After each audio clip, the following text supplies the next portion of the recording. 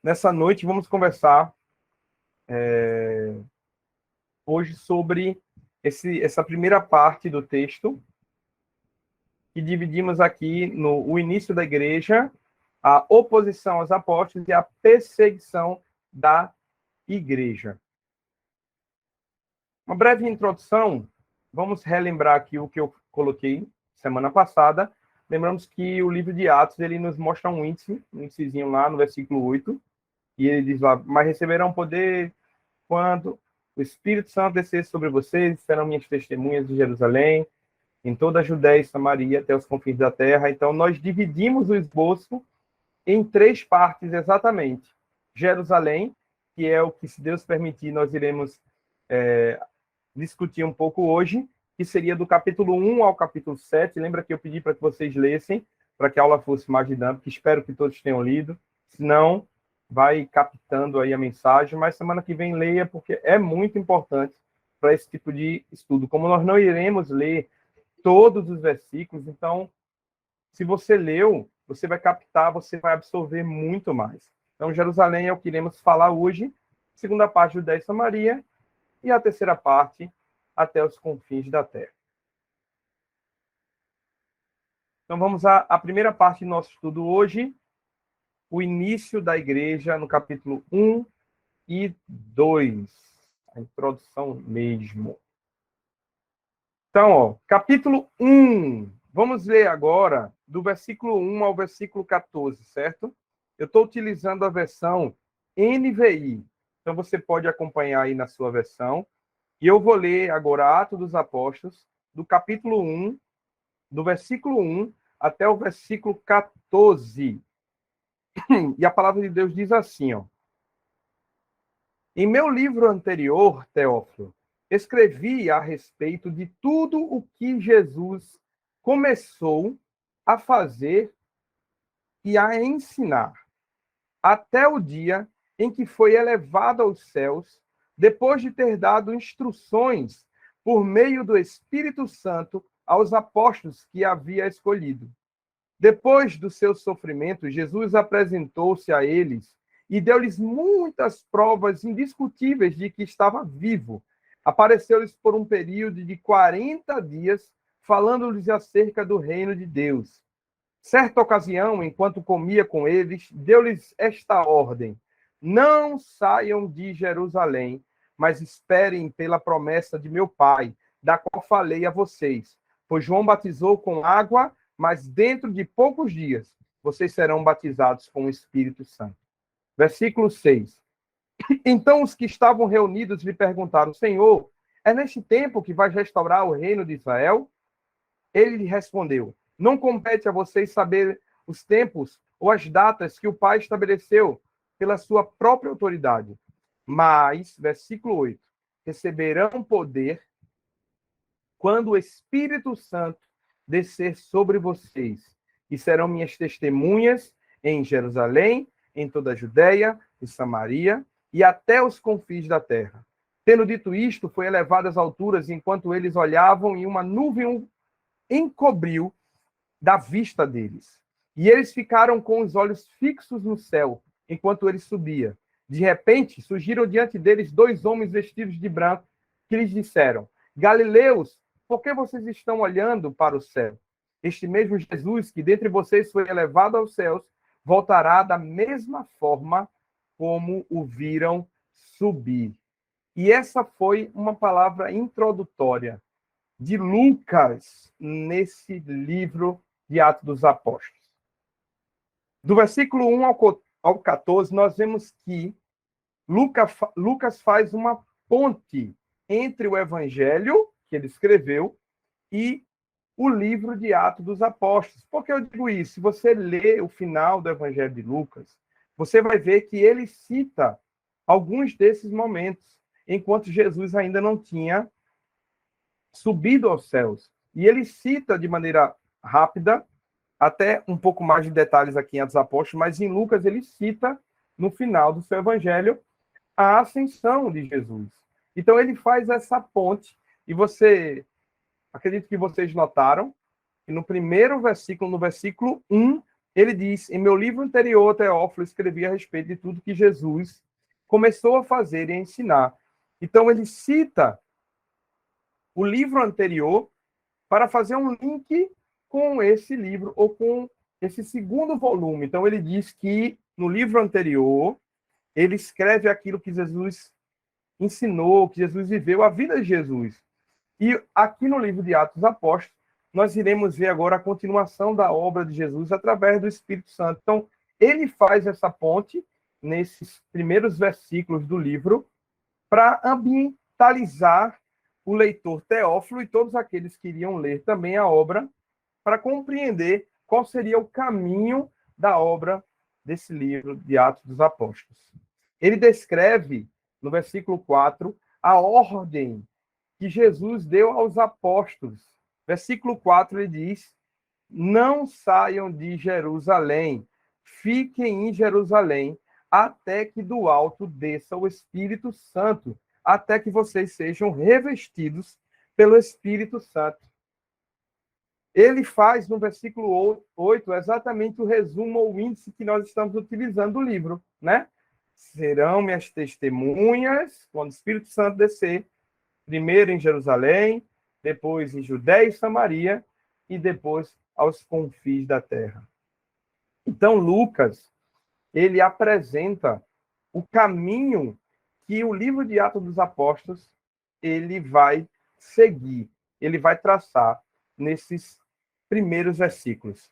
Ele começa declarando a Teófilo o que ele escreveu no livro anterior, e ele começa agora a fazer um link do final do livro anterior, ele começa a repetir isso, e aí no versículo 9 ao 11, ele descreve a ascensão de Jesus, quer dizer, ele descreve o finalzinho do que aconteceu no último livro, é como se ele estivesse revendo os últimos capítulos da série, não, como é que a gente diz? Da temporada passada da série. Então, ele faz aqui uma revisão do finalzinho do livro para poder ele fazer o gancho do que ia acontecer. Então, ele fala a ordem. Qual foi a ordem de Jesus? Fiquem em Jerusalém até que do alto desça o Espírito Santo, e aí vocês serão minhas testemunhas para todo mundo, começando em Jerusalém, Judéia e Samaria e confins da terra. E aí, depois disso, Jesus sobe aos céus e ele declara algo a mais do que tinha lá no livro, no Evangelho de Lucas, quando ele diz que depois que Jesus sobe aos céus, aparecem dois homens de branco, dois anjos, e declaram: Galileus, o que é que vocês estão vendo aqui, estão esperando aqui? Do mesmo jeito que Jesus subiu, ele voltará e descerá. Então, ele fecha esse início mostrando exatamente esse momento de ligação do Evangelho de Lucas com o livro de Atos dos Apóstolos. E ele mostra também, versículo 12 e 14, que os apóstolos e um grupo, um bom grupo, vamos ver aí que em torno de 120 irmãos tinham no total, de discípulos e os apóstolos, eles obedecem a Jesus. E eles ficam realmente em Jerusalém, esperando o cumprimento da promessa. Vocês estão vendo que eu estou colocando versículos aqui entre parênteses, porque os slides vão ficar lá no material, então, quando vocês revêm, vocês podem pegar a Bíblia, abrir e conferir esses textos que falam sobre os assuntos aqui. Ainda no capítulo 1, do versículo 15 ao 26, nós vamos ver agora um momento extra. Veja, quando a gente vai lendo o livro, e eu creio que vocês leram esses primeiros capítulos, você vai ver que o assunto é Jerusalém, e ali o início, e Lucas ele vai fazendo essa ponte, né, que eu falei, entre o Evangelho e o que vai acontecer. O que é que vai acontecer? O cumprimento da promessa, que a gente vai ver daqui a pouco no capítulo 2, no dia de Pentecostes, quando o Espírito Santo desce. E aí, entre essa ponte e o cumprimento da promessa, acontece algo importante que Lucas não pôde deixar. É meio que sai até um pouco do roteiro aqui da série, mas como foi algo importante, Lucas ele não teve como deixar de fora isso. E é exatamente o que acontece aqui nessa perícope, nesse intervalo de versículos, do versículo 15 ao versículo 26. A escolha de um novo apóstolo. O apóstolo Pedro, ele propõe a escolha de um homem para tomar o lugar de Judas como apóstolo. Nós sabemos que Judas, né, traiu Jesus e se suicidou. E por conta disso, não tinham mais 12 apóstolos, e sim 11. E aí, naquele momento ali, entre a ascensão de Jesus e o cumprimento da promessa, o apóstolo Pedro, junto com aqueles irmãos, eles conversam e dizem, olha, é plausível que a gente escolha um homem para que fique no lugar de Judas e se torne o 12º apóstolo. No versículo 21 e 22 desse intervalo, estamos falando do capítulo 1, tá? É colocado o pré-requisito para poder concorrer ao apostolado. Vamos ver a seguir qual seria o pré-requisito. Então, assim, eles disseram, ó, temos que escolher um homem para ficar no lugar de Judas e ser apóstolo de Jesus. Só que não podia ser qualquer homem. Então, o texto, versículo 21 e 22, nos mostra qual seria o pré-requisito. E qual seria o pré-requisito? Olha aí, ó, Atos 1, 21 e 22 diz assim, ó.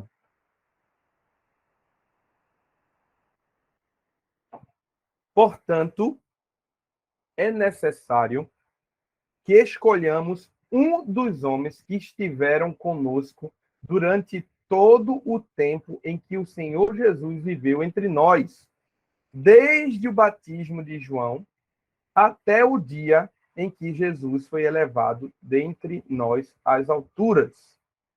É preciso que um deles seja conosco, testemunha de sua ressurreição.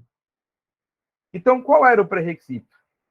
Eles disseram que tinha que ser um homem que estivesse com eles e com o Senhor Jesus desde o dia do batismo, desde o dia que Jesus foi batizado lá por João, até o dia que Jesus tinha subido aos céus, que faziam poucos dias. Então, tinha que ser um homem que estava desde o início, tinha que ser um discípulo, lógico, de Jesus, que estava desde o início, desde o dia do batismo de João, até o dia da Jesus ressuscitou, Jesus aparece e a ascensão de Jesus. Ele tinha que estar presente. Então, isso nos fala que não poderia ser qualquer um, qualquer homem, mas sim um discípulo fiel ao Senhor, que mesmo não sendo apóstolo, porque era um grupo fechado, mas que estava lá firme, ouvindo, conhecendo, sempre com Jesus. E depois dessa análise e desse pré-requisito, que diminuiu muito a quantidade de homens, eles chegam a 2 nomes. Veja, tinham em torno de 120 pessoas entre homens e mulheres. E dessas 120 pessoas, só se consegue separar 2 homens, o texto diz. 2 homens que passaram por esse crivo. José, conhecido como Justo, e Matias.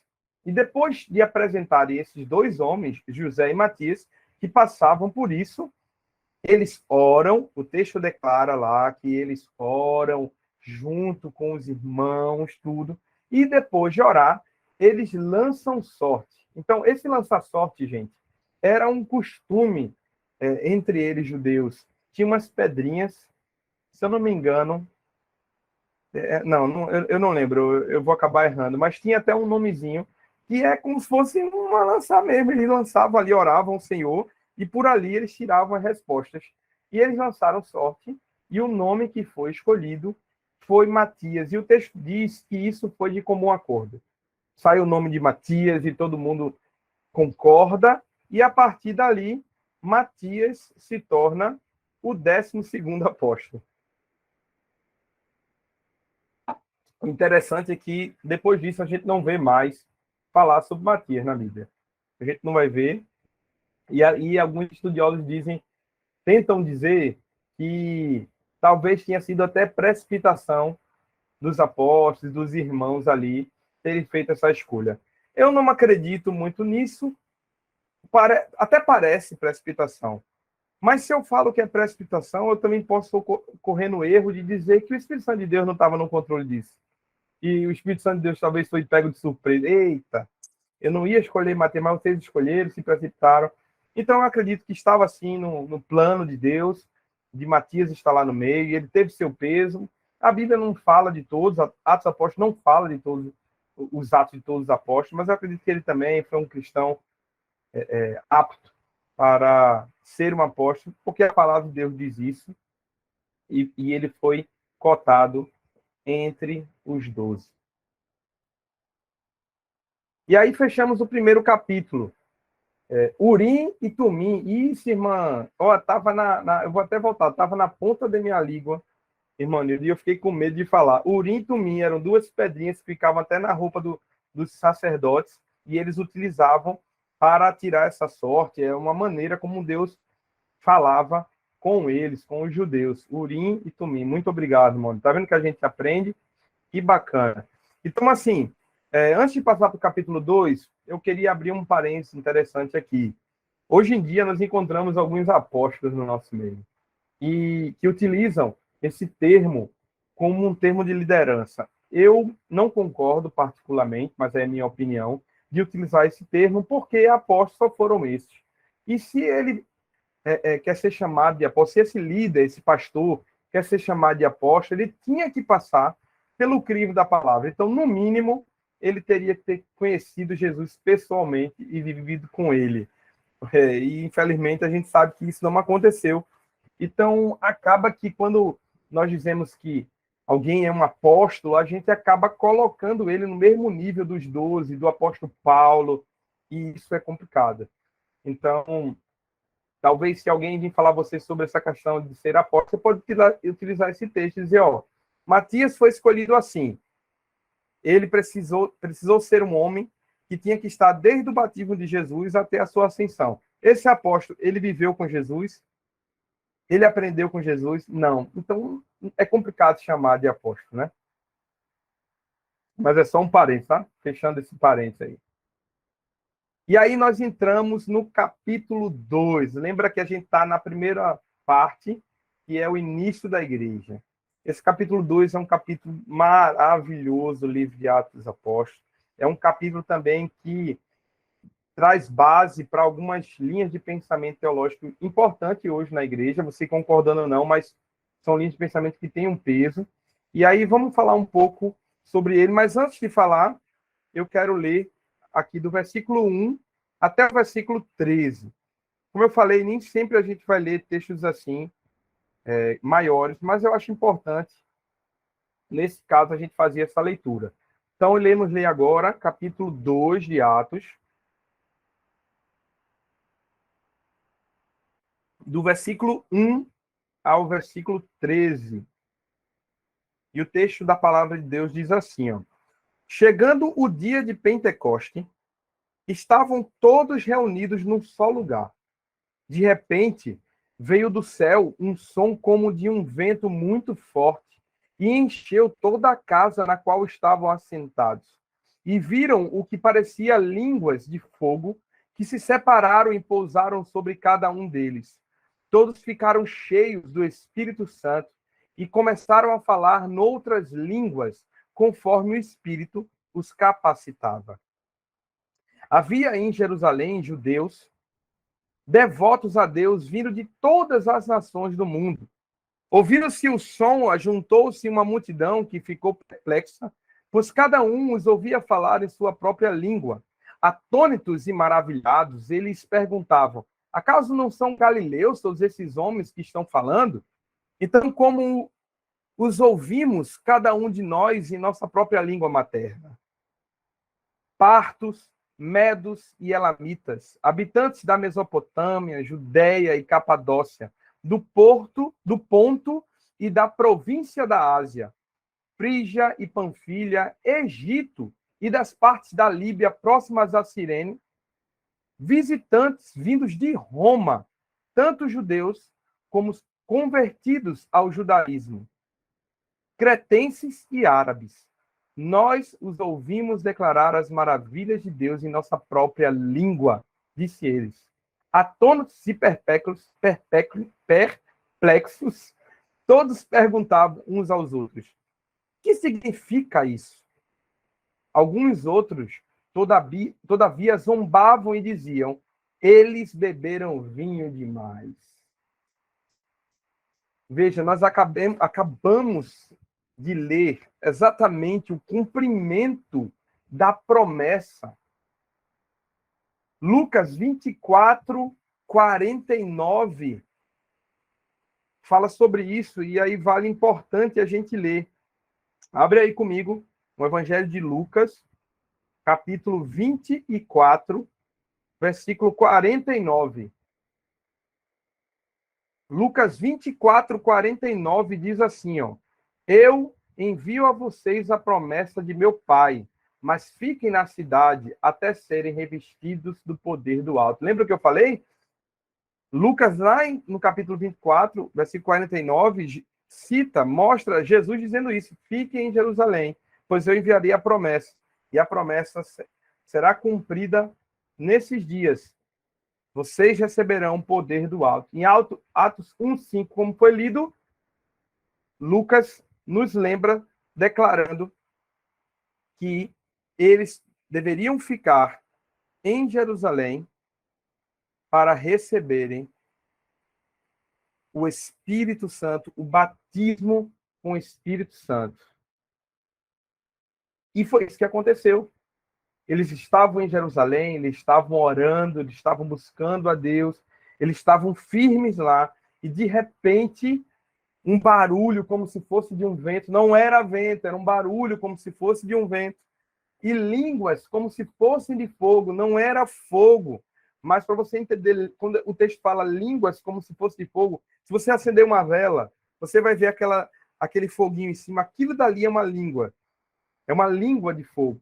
E ele diz que língua como se fosse de fogo, quer dizer, foi a maneira que eles conseguiram descrever aquilo dali, descem sobre todos aqueles que estavam lá, e eles são cheios do Espírito Santo, eles recebem o Espírito Santo de Deus, e eles começam a falar em línguas de outros idiomas.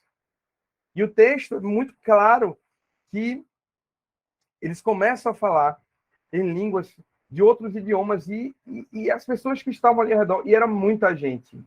Gente, era festa, era o dia do Pentecoste, tinha gente de tudo que é lugar. A gente leu aqui no texto que tinha gente até de Roma, tinha gente do Egito, todos judeus ou convertidos ao judaísmo, ou como a gente diz, prosélitos, que estavam lá para celebrar essa festa e se encontram com esse grande acontecimento.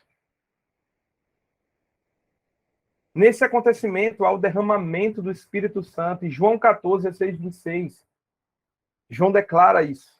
Fala um pouco sobre essa promessa do derramamento do Espírito Santo. E naquele dia, naquele momento ali, em Atos capítulo 2, o início da igreja como instituição instituída por Deus, o Espírito Santo é derramado e passa não mais agora a tomar as pessoas, mas passa a habitar dentro dos cristãos. Ele passa a habitar dentro de nós. E ali aconteceu o dom de línguas. Hoje a gente não vai falar muito sobre a questão do dom de línguas, porque para estudar sobre a questão dos dons, teríamos que entrar lá em 1 Coríntios, capítulo 12, 13 e 14, e analisar o que realmente seria o dom de línguas. Mas eu queria que vocês guardassem o ensinamento de Atos dos Apóstolos. O que aconteceu em Atos dos Apóstolos? O Espírito Santo foi derramado, eles foram cheios, e eles começaram a falar em outras línguas. E aquelas pessoas de outras regiões, de outros idiomas, eles ficaram assustados. E eles declararam, a gente lê o texto aqui, o que eles declararam? Como pode esses galileus, quer dizer, esses pescadores do interior da Galiléia, como pode eles estarem falando nas nossas línguas maternas? Então, isso me ensina que eles estavam compreendendo em seus idiomas maternos. Aqueles homens indoutos, sem muito conhecimento, começaram a falar em egípcio, começaram a falar em latim, começaram a falar em árabe, começaram a falar em outros idiomas, e aquilo foi chocante para aquelas pessoas que se encontravam na cidade. E houve temor, houve um reboliço, as pessoas começaram a prestar atenção no que aqueles homens estavam pregando ali, do que Pedro estava pregando, do que João, do que Tomé, do que Matias estava pregando ali, e estavam assustados. E aí entra duas linhas de pensamento aqui do que aconteceu. Na minha opinião, as duas linhas são plausíveis. Eu pendo para uma linha de pensamento. Mas algumas pessoas acreditam que, por exemplo, Pedro estava pregando lá e, ao mesmo tempo, árabes, romanos, gregos e pessoas de outros idiomas estavam escutando Pedro e ouviam na sua própria língua. Então, algumas pessoas entendem assim. Talvez se vocês não entenderem, podem perguntar daqui a pouco, mas eu vou repetir para poder ficar bem entendida essa visão. Algumas pessoas entendem assim, que enquanto, vamos já que eu sou Pedro, então eu comecei a pregar lá. Arrependam-se, Jesus é o Senhor. E enquanto eu estava pregando, o público estava entendendo cada um no seu idioma. Isso é um entendimento. Mas existe também outra linha de pensamento que entende que eles se dividiram e começaram a pregar grupo de pessoas. E aí ali tinha um grupo de romano, e aí eu ia pregar e eles entendiam. Daqui a pouco eu estava pregando para um grupo de árabes e eu estava pregando e eles estavam entendendo. Então, talvez eu complique mais do que explique, mas só para vocês entenderem, de qualquer jeito. Ou de uma vez só pregando e cada um ouvindo no seu idioma, ou eles pregando em diversos momentos daquele dia e pregando em idiomas diferentes e as pessoas entendendo, foi um milagre divino. Foi um milagre de Deus. Era o dom de línguas aparecendo pela primeira vez ali na igreja. Esse dom de línguas que vai aparecer, vai ser falado muito bem pelo apóstolo Paulo, lá em 1 Coríntios, capítulo 12, 13 e 14, e que hoje denominações pentecostais, renovadas, acreditam no dom de línguas, mas eu não vou entrar na polêmica de dizer é ou não é hoje. Talvez em outro momento, em outro estudo, a gente possa se aprofundar um pouco mais sobre isso. Agora, uma coisa que nós temos que aprender, agora falando de Atos dos Apóstolos, capítulo 2, o dom de línguas aqui em Atos dos Apóstolos, capítulo 2, eram irmãos que não falavam em outro idioma, pregando, e aquelas pessoas que tinham seus idiomas de nascença, quer dizer, árabes, gregos, eles aprendiam, eles ouviam no seu idioma. Então, esse é uma explicação do dom de línguas em Atos dos Apóstolos. Eles pregavam e eles ouviam no seu idioma. Então, o dom de línguas aqui era o milagre deles falarem em outros idiomas que os homens entendiam. Eu quero deixar isso muito claro. E aí, nesse alvoroço, né? Ele cheio do Espírito Santo, pregando. Aí Lucas separa um sermão. Gente, a gente não pode acreditar que só Pedro pregou, porque o texto declara que eles saíram pregando. E aí Lucas, em algum momento do dia, acontece um sermão, talvez que chamou mais atenção do apóstolo Pedro, e Lucas ele escreve esse sermão. Do versículo 14 ao 36, nós iremos ver agora Pedro pregando. Uma ousadia, irmãos. E aí eu fiz questão de lembrar aqui de um Pedro que negou a Jesus com medo de morrer, lá em Lucas capítulo 22, do 54 ao 62, onde ele nega Jesus, e no final Jesus olha para ele com íntima compaixão, e Pedro ele sai chorando amargamente, com medo de morrer. Agora nós vemos um apóstolo Pedro, que em Jerusalém, diante dos religiosos, prega com uma ousadia. E eu não separei aqui, a gente não vai ler o texto todo, mas eu separei aqui o versículo 36. Olha o versículo 36, ele diz assim, ó, portanto, que todo Israel fique certo disto. Este Jesus a quem vocês crucificaram, Deus o fez Senhor e Cristo. Gente, dias atrás, esse mesmo Pedro negou, você é daqueles que estavam com Jesus. Ele disse, não, de jeito nenhum. Agora esse mesmo Pedro declara firmemente, claramente, vocês crucificaram o Cristo, o Messias. Olha que transformação na vida do apóstolo Pedro. E essa pregação ela foi tão forte e tão impactante que a multidão ficou impactada. E aí nós vemos do versículo 37 ao 41 o resultado dessa pregação. Pedro prega lá com intrepidez, com ousadia, cheio do Espírito Santo. Ele sai falando lá do Antigo Testamento, mostrando o que eles tinham feito. E no cume ele diz, vocês crucificaram Cristo, mas Deus o ressuscitou. Ele é Senhor, arrependam-se. E aí, quando chega no momento da pregação, no versículo 37, o texto diz que os judeus que estavam ouvindo ali, eles ficam aflitos no coração e perguntam a eles, a Pedro, aos apóstolos, aqueles irmãos, o que nós temos que fazer? Essa é a pergunta. O que nós temos que fazer?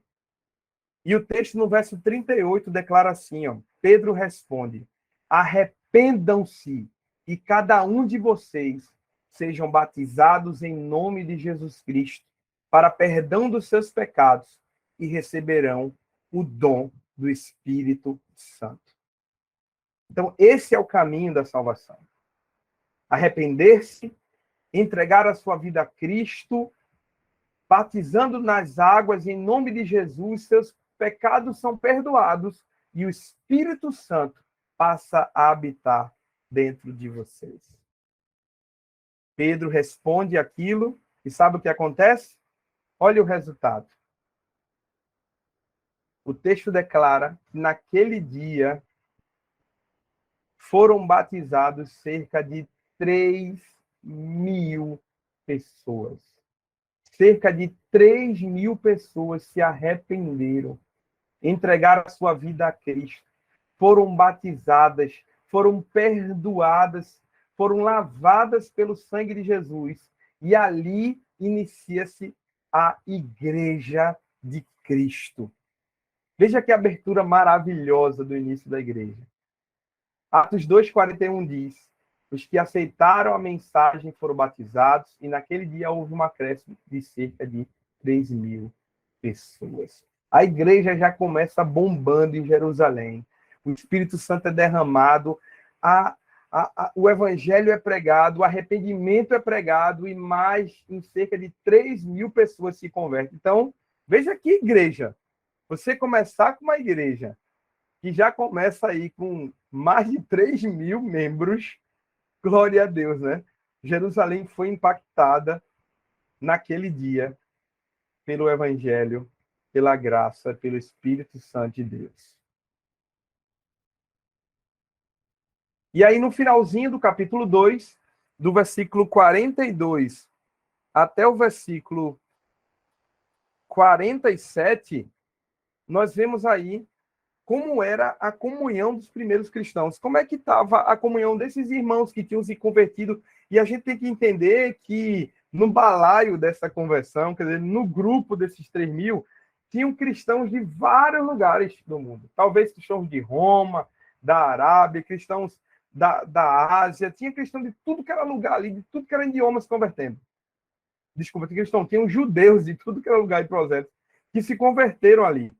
E olha que o texto declara, ele declara nesse texto que eles estavam tão unidos, e o texto nos mostra que eles se dedicavam ao ensino dos apóstolos. E aí, que ensino dos apóstolos é esse? É a doutrina de Cristo. Quando a palavra declara, lá em Atos, ensino dos apóstolos, ou a doutrina dos apóstolos, dependendo da sua versão, ele está falando exatamente da doutrina de Cristo, que naquele momento era repassado e ensinado pelos apóstolos. Eles estavam em plena comunhão, sempre orando, se dedicando à oração, perseverando na oração, no partir do pão, e você vai ver que o texto fala de 2 partir do pão. O partir do pão no sentido de alimento, quer dizer, eles comiam junto, eles se alimentavam junto, e também o partir do pão no sentido da ceia. Então, eles ceiavam juntos, eles faziam um memorial juntos do pão e o vinho, lembrando do sacrifício de Jesus. E eles se mantinham unidos ao ponto de dizer que nada era deles, tudo era de todo mundo. Eles louvavam sempre a Deus e o texto declara que eles iam ganhando a simpatia de todo o povo lá de Jerusalém. Eles estavam unidos. Eles chegavam ao ponto de vender, e a gente vai ver isso, de vender bens, e colocavam aos pés dos apóstolos, e aí era repartido segundo a necessidade de cada um. Olha o início da igreja. Gente, abrindo um parênteses aqui, um dia desse aí, um ministro aqui do novo governo, e eu não estou falando de política, mas é necessário, ele citou o texto de Atos, querendo dar uma base ao comunismo, dizendo, não, comunismo é de Deus. Olha aí, Atos dos Apóstolos, diz que eles vendiam e repartiam tudo. Mas veja bem, a gente vai ver um pouco mais à frente que, diferente do comunismo, que obriga as pessoas, obriga a todos a repartir tudo que tem, na igreja era algo voluntário. Eles faziam isso com voluntariedade, não era obrigado, você fazia isso se você quisesse. Se não quisesse, não tinha problema nenhum. Mas eles amavam tanto, estavam tão unidos, que eles não iriam deixar ninguém passar necessidade. Então, eles viviam esse amor, e esse primeiro amor estava aflorando dentro do coração daqueles irmãos novos convertidos que estavam aprendendo ali do Evangelho de Cristo. Agora nós iremos ver aqui a segunda sessão, que eu chamei de a oposição aos apóstolos, do capítulo 3 ao capítulo 5. Então, deve lembrar que a gente acabou de ler o início da igreja, o capítulo 1 e capítulo 2, a transição de Lucas do Evangelho para o livro de Atos dos Apóstolos, aí a escolha de Matias, e agora a descida do Espírito Santo, o início da guerra, estava tudo maravilhoso.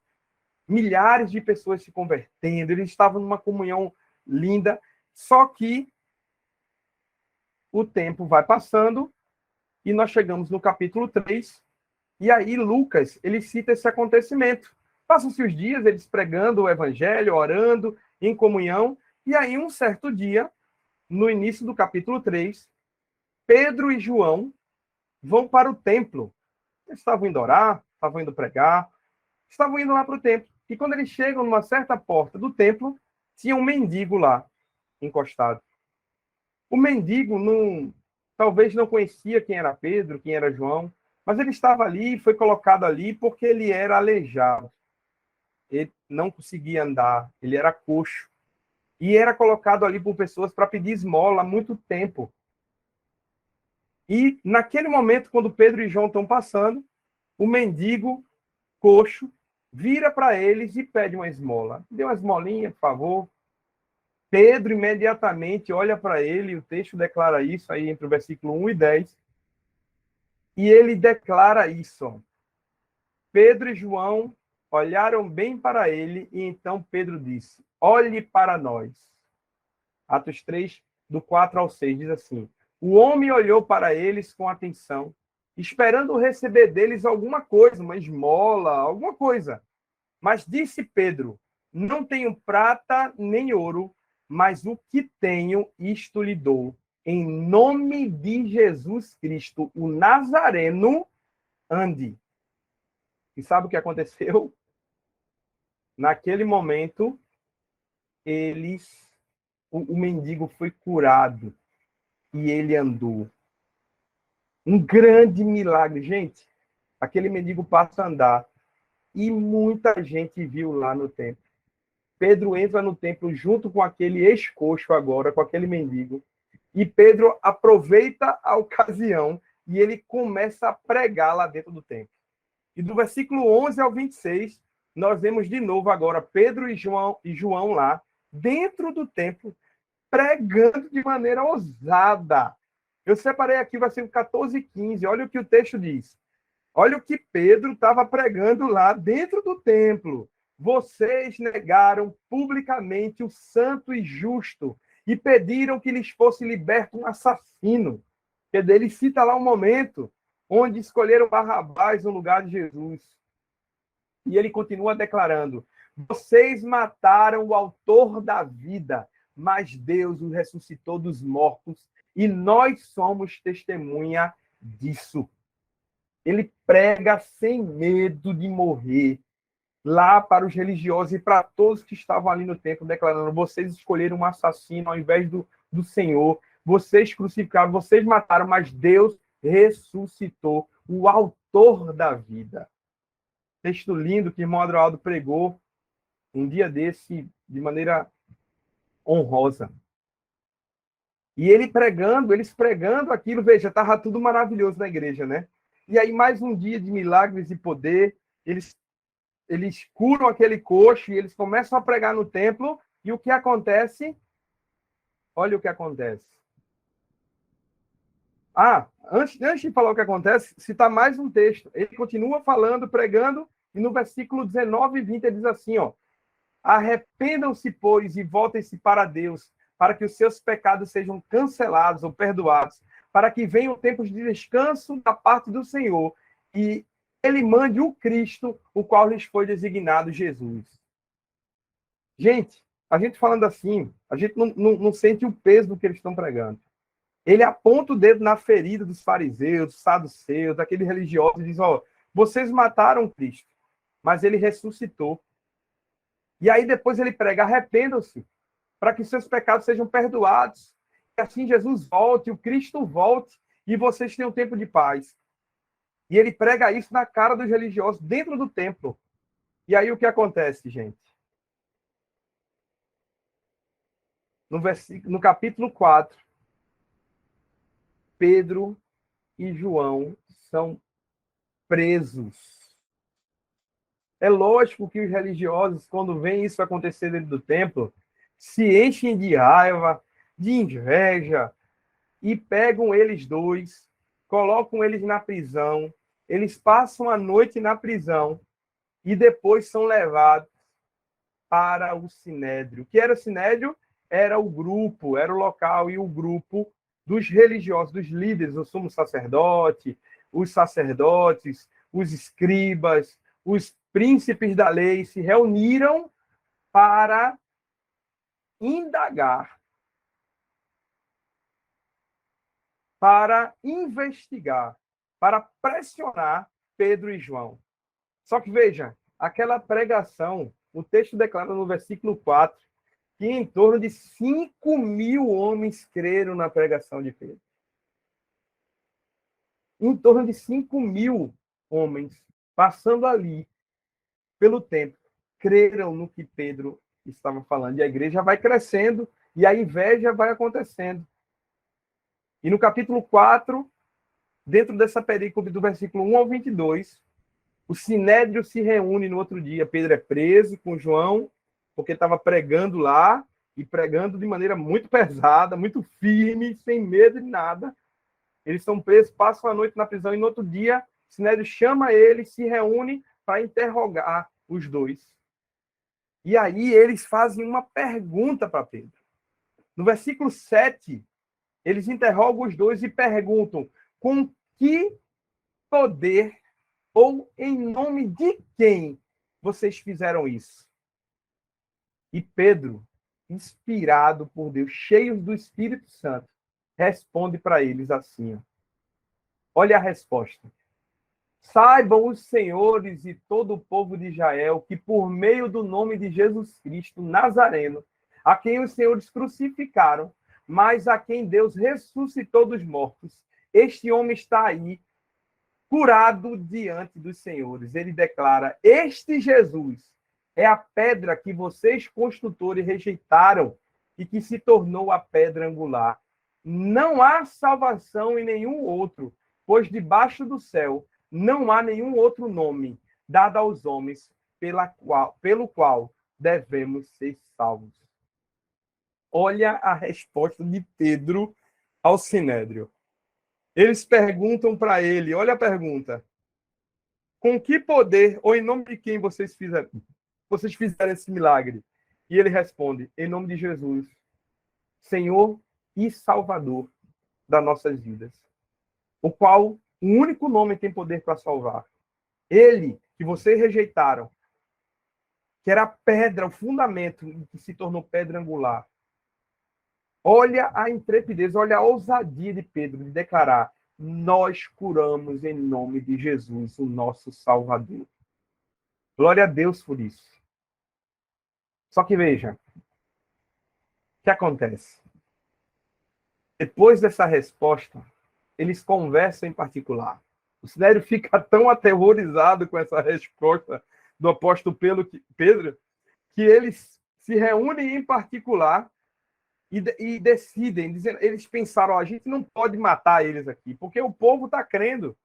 Ia ter uma revolução, uma confusão. Então vamos dizer para eles que eles não podem mais falar nem ensinar em nome de Jesus. E eles voltam e declaram para ele: olha, vocês estão proibidos de falar e ensinar em nome de Jesus. Mas Pedro responde no versículo 19 e 20: julguem os senhores mesmo, se é justo aos olhos de Deus obedecer aos senhores e não a Deus, pois não podemos deixar de falar do que vimos e ouvimos. Nós não deixaremos de falar de Jesus. Pedro fala na cara dele: nós não iremos parar de pregar Jesus. Está vendo a oposição acontecendo? No início, muitos se convertendo lá em Jerusalém, eles estavam bem, estavam unidos, mas a inveja vai acontecendo. E os religiosos vão criando uma oposição. Prenderam eles, indagaram, Pedro sem medo responde, agora ele diz: vocês não podem mais pregar Jesus. E ele declara: eu irei continuar pregando. E essa oposição vai sendo formada. O que acontece? Eles soltam Pedro e João. Eles soltam Pedro e João. Versículo 23 e 30 diz que eles voltam para os irmãos e contam para ele o que aconteceu. E aí todos os irmãos reunidos, muita gente, muitos discípulos de Jesus, oram. Se você ler aí esse intervalo, essa oração desses primeiros cristãos, é de se arrepiar. E o texto declara no versículo 31 que depois que eles acabaram de orar, o negócio foi tão poderoso, tão cheio de Deus, que o lugar tremeu. O lugar onde eles estavam começou a tremer. E o texto declara que todos ficaram cheios do Espírito Santo e saíram anunciando corajosamente a palavra de Deus. Veja, se levantou e começou a se levantar uma oposição contra o cristianismo. Mas essa oposição só trouxe mais força, só deu mais ousadia para que os discípulos e os apóstolos saíssem pregando o evangelho, pregando Jesus.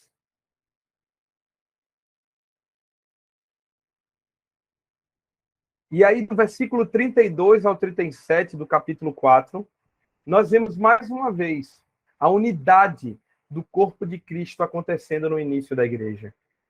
E o texto, versículo 32, declara, é um versículo áureo, você pode ir marcando aí, e ele declara: da multidão dos que creram, uma era a mente e um coração. Ninguém considerava unicamente sua coisa que possuísse, mas compartilhavam tudo o que tinham. Então, eles estavam cheios do Espírito Santo, pregando o Evangelho, e eles estavam com uma mente e um coração. Isso é muito importante, gente. A unidade do corpo de Cristo dá força à pregação. Quando nós somos um, o mundo enxerga Cristo em nós. Quando nós estamos unidos numa só mente, num só coração, num só propósito, nada pode parar a gente. E veja, essa unidade era recheada de amor, de cuidado. Então ninguém passava necessidade, não tinha isso. Eles dividiam o que tinham para que ninguém pudesse passar necessidade. E a igreja ia crescendo, mas a oposição também ia crescendo. O cristão, de maneira espontânea, repartiam tudo o que tinha para que ninguém passasse necessidade. Era espontâneo. E aí, no finalzinho desse texto, nós vemos o bom exemplo de Barnabé. O verso 36 e 37 diz que tinha um homem justo, um homem de Deus, que ele era chamado, e a gente conhece até hoje, de Barnabé. Tem até música que fala desse homem. Nós vamos ver Barnabé mais na frente, aí, ó, trazendo o apóstolo Paulo, na primeira viagem missionária junto com o apóstolo Paulo. Ele era um homem de Deus. E ele traz um exemplo para nós. Veja, Lucas, ele vai dizendo da unidade e traz um bom exemplo. Então, no final do capítulo 4, nós vemos um bom exemplo dessa unidade. Olha o que o texto declara, versículo 37. Barnabé vendeu o campo que possuía, trouxe o dinheiro, colocou aos pés dos apóstolos. E essa era a cultura. Era vendido, ele trouxe o dinheiro, depositou aos pés dos apóstolos, e os apóstolos dividiam conforme a necessidade de cada um.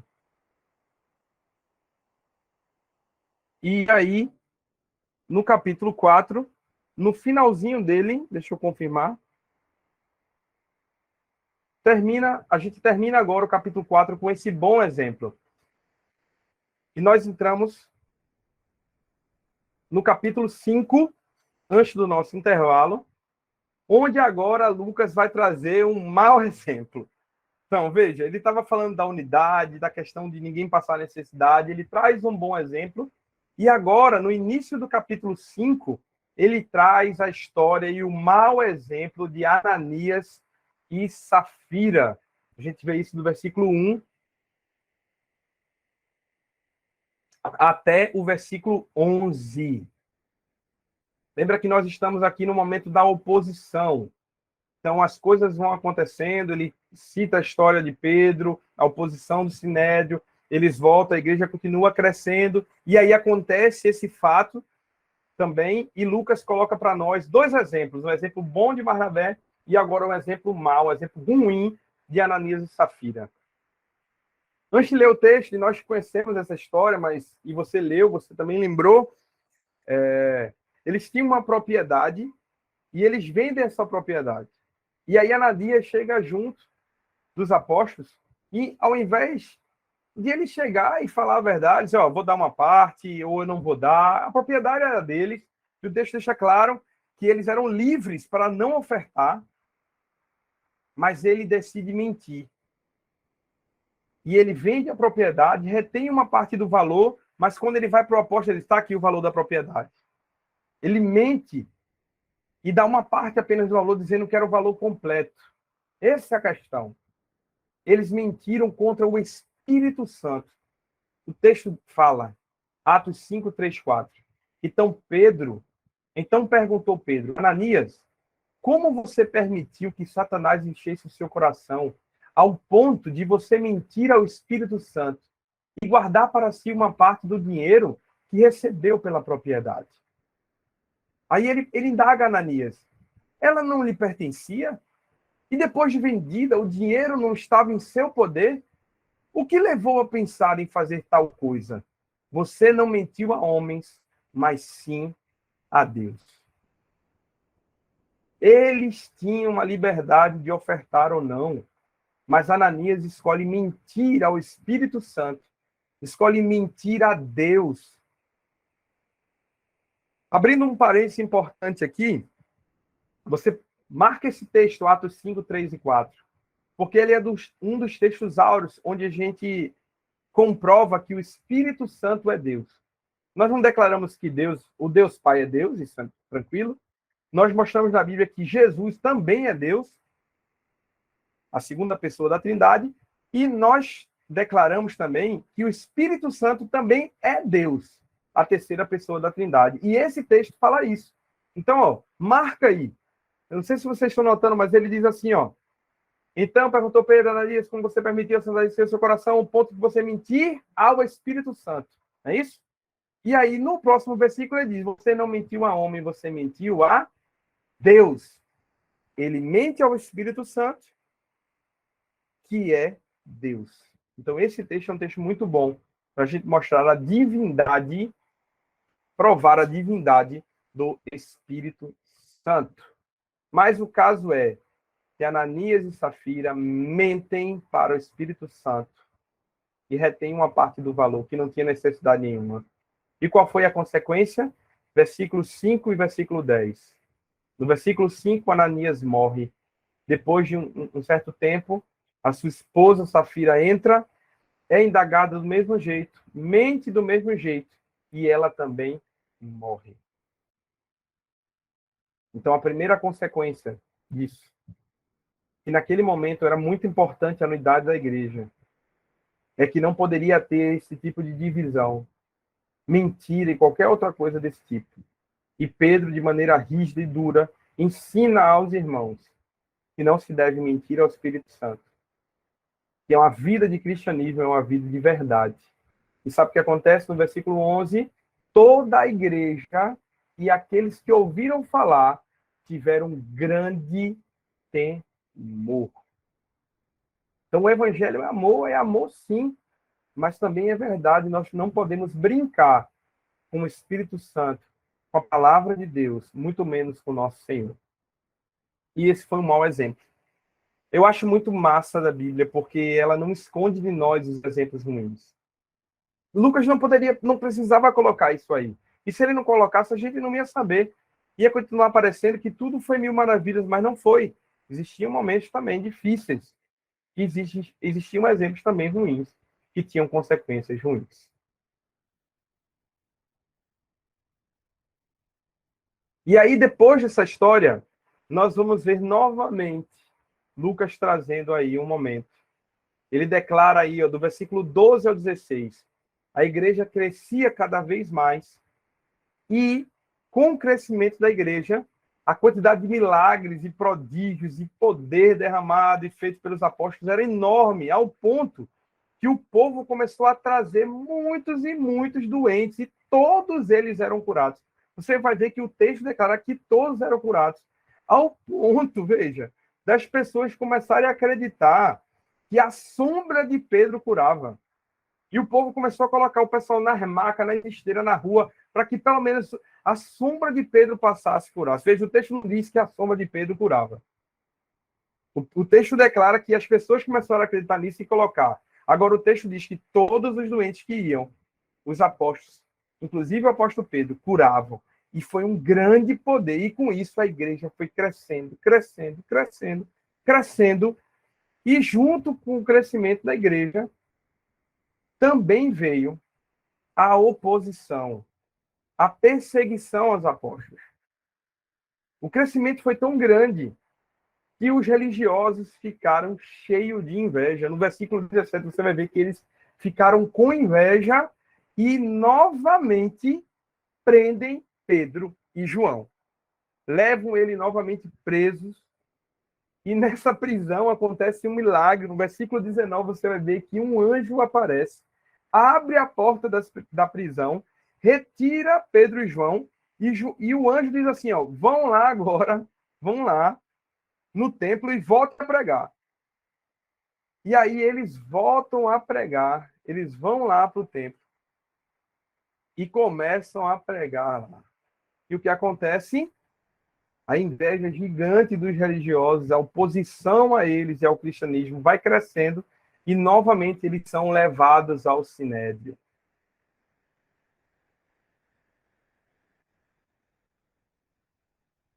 E aí no sinédrio a confusão está feita, né? Eles querem matar eles querem castigá-los. E aí nesse âmbito de castigar, de o que é que a gente vai fazer com eles, essa seita está crescendo, esse povo está crescendo, o que é que a gente vai fazer? Se levanta o sábio Gamaliel. E aí eu queria ler com vocês o texto desse homem. Mais à frente a gente vai voltar a citar Gamaliel, porque Gamaliel nada mais é do que o professor do apóstolo Paulo. Paulo, ele aprende aos pés de Gamaliel. Era um homem sábio, religioso, devoto a Deus. E olha o que o texto fala. Olha o que esse homem fala para os fariseus, para os religiosos lá no Sinédrio. Eles querendo matar, querendo castigar. E aí, do versículo 34 ao 39, o texto diz assim, ó. Mas um fariseu chamado Gamaliel, mestre da lei, respeitado por todo o povo, levantou-se no Sinédrio e pediu que os homens fossem retirados por um momento. Então lhes disse: Israelitas, considerem cuidadosamente o que pretende fazer esses homens. Há algum tempo apareceu Teudas, reivindicando ser alguém, e cerca de 400 homens se juntaram a ele. Ele foi morto e todos os seus seguidores se dispersaram e acabaram em nada. Verso 37. Depois dele, nos dias do recenseamento, apareceu Judas, o galileu, que liderou um grupo em rebelião. Ele também foi morto e todos os seus seguidores foram dispersos. Portanto, neste caso, eu os aconselho: deixe esses homens em paz e soltem-nos. Se o propósito ou atividade deles forem de origem humana, fracassará. E o verso 19 declara: se proceder de Deus, vocês não serão capazes de impedi-los, pois se acharão lutando contra Deus. Gamaliel diz, ó, se for coisa de homem, se Deus não tiver nesse negócio, eles vão morrer, isso vai passar. Agora, se for de Deus, ninguém vai pedir, vocês não vão impedir e ainda vão se encontrar lutando contra Deus. Os homens escutam o conselho de Gamaliel e soltam Pedro e João. Só que antes de soltar, eles açoitam. Eles descem o sarrafo em Pedro e João. Pedro e João apanham, levam chicotadas, açoitadas. E sabe o que acontece? O texto declara, até o 42, que Pedro e João, depois de serem açoitados, humilhados, eles saem alegres. E o texto declara que eles ficam alegres por se enxergarem dignos de passarem isso por Cristo. Como é que pode uma coisa dessa? Só a gente crente, só a gente cristão consegue entender isso. Eles saíram assim, batendo no peito, dizendo: obrigado, Senhor, porque o Senhor achou em nós dignidade suficiente para apanhar, porque pregamos a verdade. E eles saem alegres e firmes, mesmo com essa oposição. E aí nós terminamos o capítulo 5 e terminamos também esse momento da oposição aos apóstolos. Então, saímos do início da igreja, tudo maravilhoso, agora a igreja vai crescendo, e com esse crescimento, a inveja vai acontecendo nos religiosos e se levantam aí para serem oposição aos apóstolos. E agora nós iremos entrar daqui a pouquinho na última parte de hoje, que aí vai entrar não agora só com os apóstolos, mas vamos ver que vai começar a perseguição à igreja, a todos os cristãos. E aí agora a gente entra na terceira parte da aula de hoje, que é a perseguição da igreja.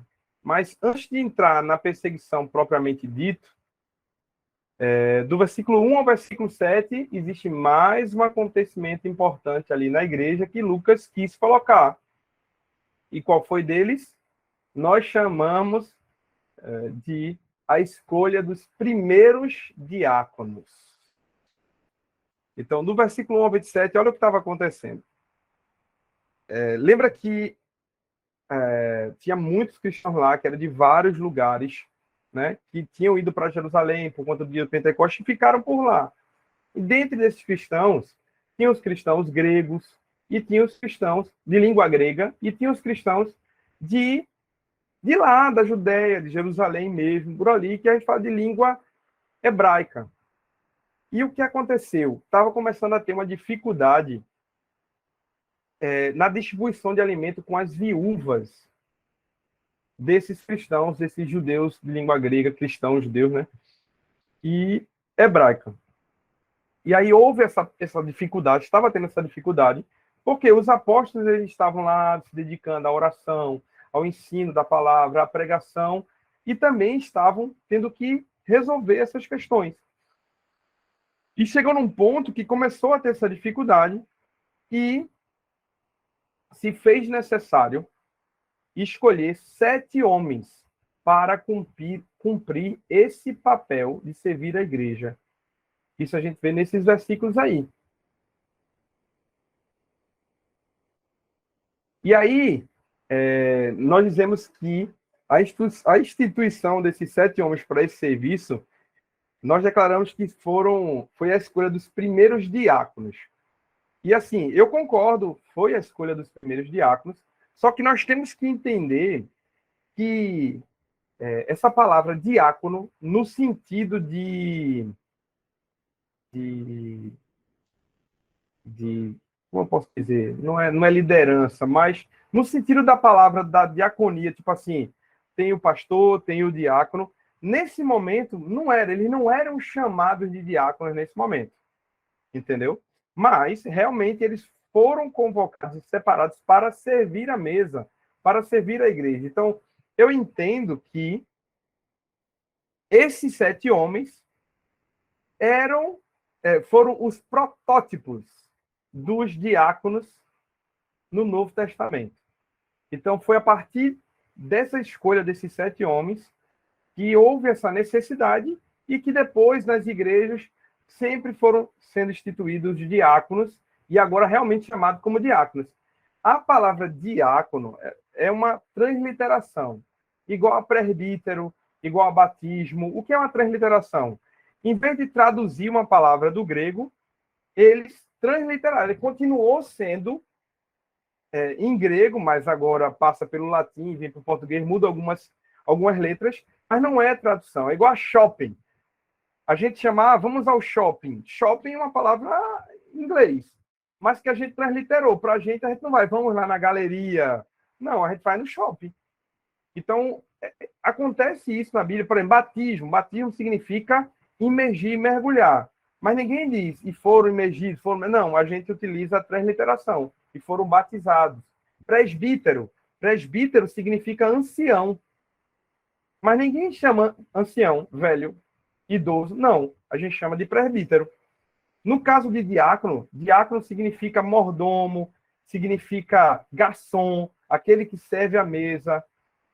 E aqui eles não são chamados de diáconos, mas eles foram separados exatamente para fazer aquilo que os diáconos fazem. Então, eu acredito que esses 7 homens foram os primeiros diáconos, mas como protótipo. Ainda não tinha dado essa nomenclatura de diaconato. Agora, a palavra diácono também é um verbo.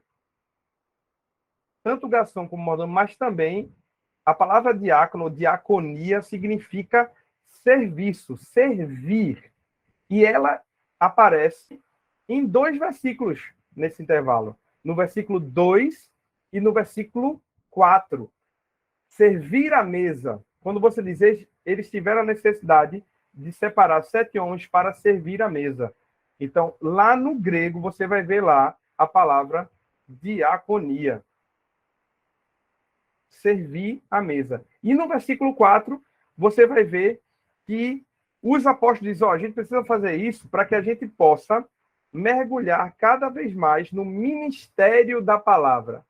A palavra ministério aí, no grego, também é diaconia da palavra, ou diaconia tu logos. Então, a ideia do ministério, ou do serviço da palavra, ou do servir à mesa, tudo isso era diaconia.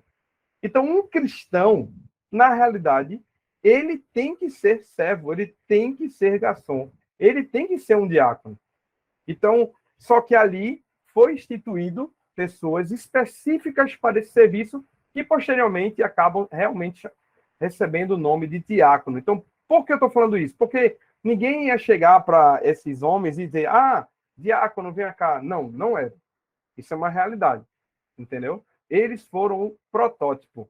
Então, ninguém era chamado de diácono naquele momento, mas eles foram sim chamados para servir, para a diaconia, são realmente os primeiros diáconos, ou talvez aqueles que vinham a surgir a questão do diaconato.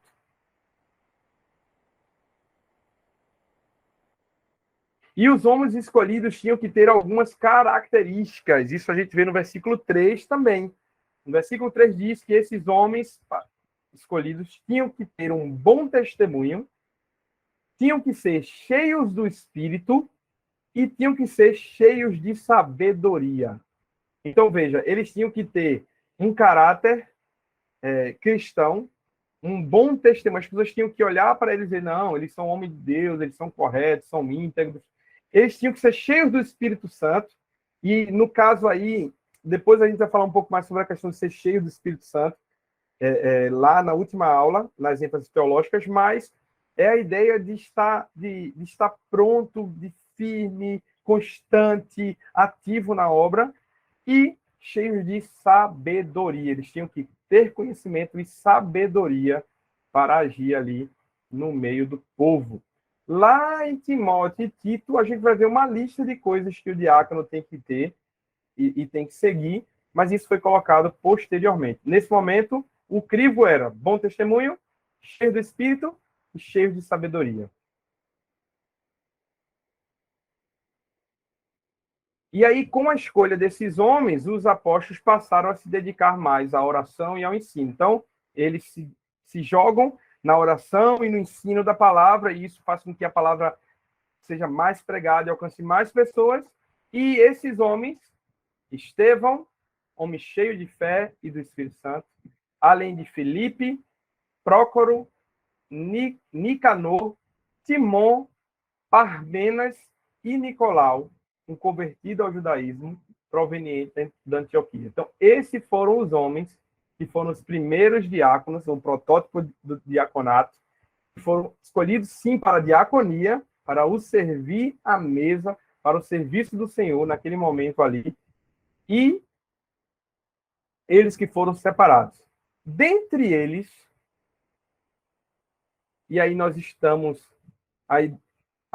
E para fechar esse texto, o número dos discípulos crescia rapidamente. Então, veja, quanto mais os apóstolos se dedicavam à oração e à pregação da palavra, o crescimento era grande. E nesse momento, o texto declara que crescia rapidamente, inclusive muitos sacerdotes se converteram, passaram a obedecer à fé.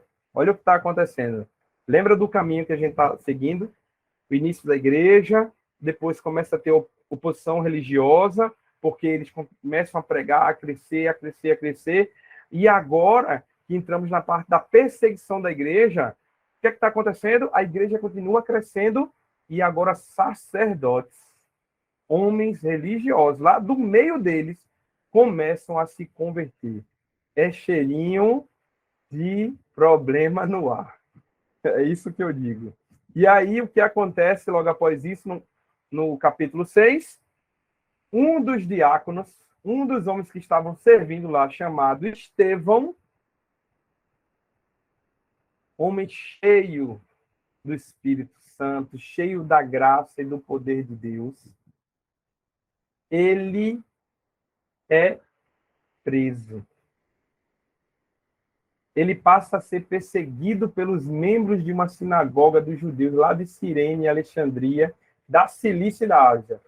Esse Estevão, ele começa a pregar o evangelho, e aí é até uma coisa interessante, né? Porque quando a gente fala, ele foi separado para servir, parece que ele só fica... Não, ele também era cheio do poder, ele pregava, ele anunciava, ele vivia, e aí ele era tão cheio de Deus que chamou a atenção dessa sinagoga, que era chamada Sinagoga dos Libertos, desses judeus lá de Cirene, de Alexandria, da Cilícia, da Ásia. Esses homens se levantam e começam a tentar pegar Estevão. E aí o que é que eles fazem? Porque Estevão, ele não tinha como ser repreendido. Esses homens subornam outros homens para levantar mentiras contra Estevão. E por conta dessas mentiras, dessas calúnias, dizendo que ele estava blasfemando contra Moisés, contra a lei, Estevão ele é preso e levado ao sinédrio. Isso você vê lá no versículo 12. Olha o versículo 6, o capítulo 6, versículo 15, que diz, ó, olhando para ele, todos os que estavam sentados no sinédrio viram que o seu rosto parecia o rosto de um anjo. Eles não conseguem achar alguma coisa contra ele. E aí, Estevão agora está lá no sinédrio, preso, para ser também indagado por eles. E aí entramos no capítulo 7, o último capítulo que falaremos hoje. Do versículo 1 ao 53 é o discurso de Estevão no sinédrio. Então ele chega lá no mesmo lugar onde Pedro e João foram lá, só que Estevão vai lá e também, com muita ousadia, rasga o verbo, prega a verdade e joga em cima deles a responsabilidade. Eu separei aqui esse texto, essa parte, a gente não vai ler tudo, versículo 1 ao 53, do discurso, da pregação lá de Estevão. E olha o que ele diz, ó. Povo rebelde, obstinado de coração e de ouvidos, vocês são iguais aos seus antepassados. Sempre resistem ao Espírito Santo. Olha, ele vem pregando de Abraão, do início, até os dias lá deles. E quando chega no finalzinho, ele diz isso, vocês são rebeldes, vocês sempre resistem ao Espírito Santo. Qual dos profetas os seus antepassados não perseguiram? Eles mataram aqueles que prediziam a vida do justo, de quem agora vocês se tornaram traidores e assassinos. Vocês que receberam a lei por intermédio de anjos, mas não lhe obedeceram. Então, olha o que ele declara. Ele chama eles de assassinos do Messias e declara que eles não obedecem à lei. E aí, meu amigo, e aí, minha irmã, o que é que acontece? De um momento que estava lá tudo bem em Jerusalém, passa a ter oposição, e agora começa, do versículo 54 ao 60, o momento do apedrejamento de Estevão. É a virada de página. Agora está começando a virada da página na história da igreja. A primeira virada de página. Lembra que a gente está em Jerusalém, mas Jesus dá uma ordem. Vocês serão minhas testemunhas em Jerusalém. Mas não é só em Jerusalém. É na Judéia e em Samaria. Mas não é só Samaria e Judéia. É até os confins da terra. Eles estavam acomodados em Jerusalém. A igreja estava crescendo lá. Tinha para mais de 10.000 pessoas. Mas eles estavam lá em Jerusalém, enfurnados em Jerusalém. Aí a ordem não foi essa. Tinha que expandir de um jeito ou de outro. Então a oposição começa a acontecer e agora vem a perseguição. Os religiosos ficaram furiosos com a pregação, com o discurso de Estevão. Dizem que eles ficaram com os dentes rangendo. E nesse momento, Estevão teve uma visão. Estevão lá, depois de pregar isso e ver a fúria dos religiosos, Estevão ele tem uma visão. Versículos 55 e 56 diz que Estevão ele olha para o céu e enxerga o trono de Deus e Jesus à destra do trono. Só que ele não só tem essa visão. Estevão, ele fala a visão bem alta. Eu estou vendo o trono de Deus e Jesus sentado ao lado dele.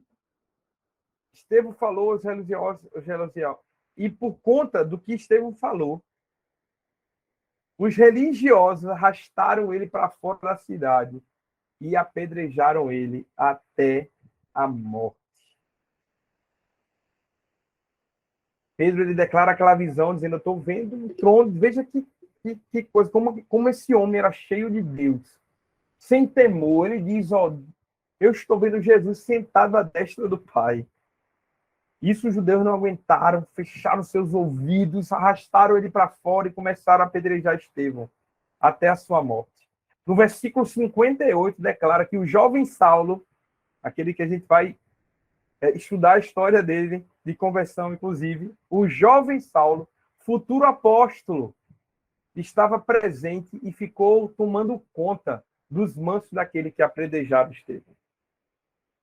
O texto diz que ele consentia, a gente vai ver isso, mas que ele ficou lá tomando conta dos montes enquanto os homens jogavam pedras. E veja bem, quando a gente fala apedrejamento, gente, parece que a gente está falando que ficou jogando pedrinha assim, ó. Não, são pedras enormes, jogando na cabeça, jogando no corpo, até que ele morre. E olha o que o texto declara. Antes de morrer, e eu coloquei aqui adormecer, porque o texto diz que ele dorme. Antes de morrer, Estevão fala duas coisas. Versículo 59. Enquanto apedrejavam Estevão, este ora, Senhor Jesus, recebe o meu espírito. Essa é a primeira fase de Estevão. E a segunda está no versículo 60, que diz assim, ó. Então caiu de joelhos e bradou, Senhor, não os consideres culpados deste pecado. E dizendo isso, ele dormiu. Ele adormeceu. Essas foram as duas últimas frases de Estevão, o primeiro mártir da igreja cristã. Estevão pregando, cheio de Deus, não foi não foi livre do preço do evangelho. Às vezes a gente acha que ser cristão é só mil maravilhas. Não há perseguição, sim. Há oposição, sim. E nós temos que estar preparados, inclusive, para morrer por aquilo que nós cremos. Para pagar o preço, Estevão estava preparado. Ele não retrocedeu. E ele foi uma chave importante para que a ordem de Jesus acontecesse. Sabe por quê? Atos 8:1. Saulo estava ali consentindo na morte de Estevão. Naquela ocasião, desencadeou-se grande perseguição contra a igreja em Jerusalém. Todos, exceto os apóstolos, foram dispersos pelas regiões da Judéia e de Samaria. A ordem era essa desde o início, mas só aconteceu quando Estevão morre e a perseguição aperta. Mas aconteceu. Eles são dispersos pela Judéia e Samaria.